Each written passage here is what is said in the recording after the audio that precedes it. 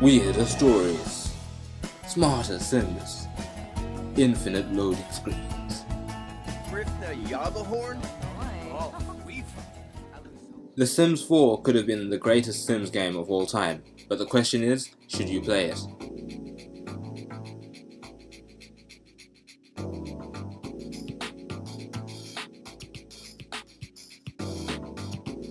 First up, create a sim. Yes, create a sim is greatly improved from the previous games, and clicking, pulling and prodding on different parts of your sim and making certain assets bigger has never been easier.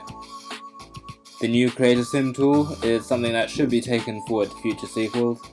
Gone are the now cookie cutter looking Sims of The Sims 3, and you won't find any pudding faces here either. The only problems here are the young adults, teens, and the elders, as well as the adults, all have the same height, so they're near impossible to tell apart in actual gameplay. Oh, and creator style is gone as well.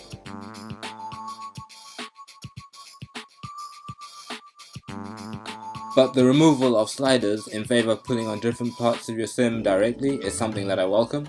It's such a simple change, but it's very powerful when it comes to create a sim. The Sims really do look a lot better this time around, and you can get more varied body shapes using this new system. Had creator style stayed, we'd have the near perfect create a sim system.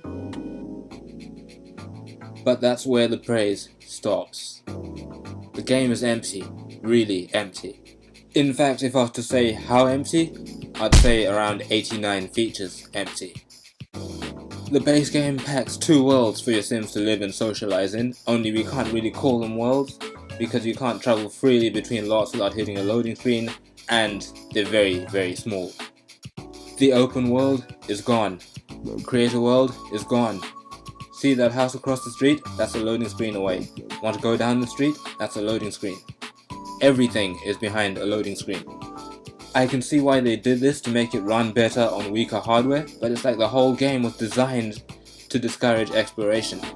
Don't think the other neighborhood is any better. Yes, neighborhood, because that's what they are. They're exactly the same. With the same for 4 community lots, right down to the playground toy. Gameplay wise, there's not a lot to do here. Your sim can talk endlessly to other sims, teleport off to work. Oh yeah, cars are gone, by the way. And not much else. All those sims passing by your window, they don't actually have homes to go to. They're just there to make the world look occupied. It all feels very dull and lifeless, and is a far cry from the full-blown world of The Sims 3.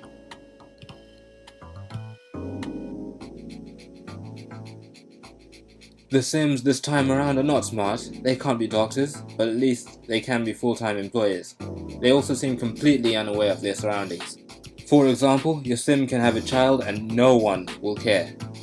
Oh, and the toddler life stage is gone as well. Family trees, they're gone as well. The Sims lack that bit of spark they had in The Sims 2 and even in The Sims 3. And there's the issue of clipping. Sims clip through other Sims and even through other objects when they're trying to get somewhere. So much for Smarter Sim. But at least they can multitask now, which is something. And then there's the bugs. To date I've seen the save game bug, where the game fails to save your progress.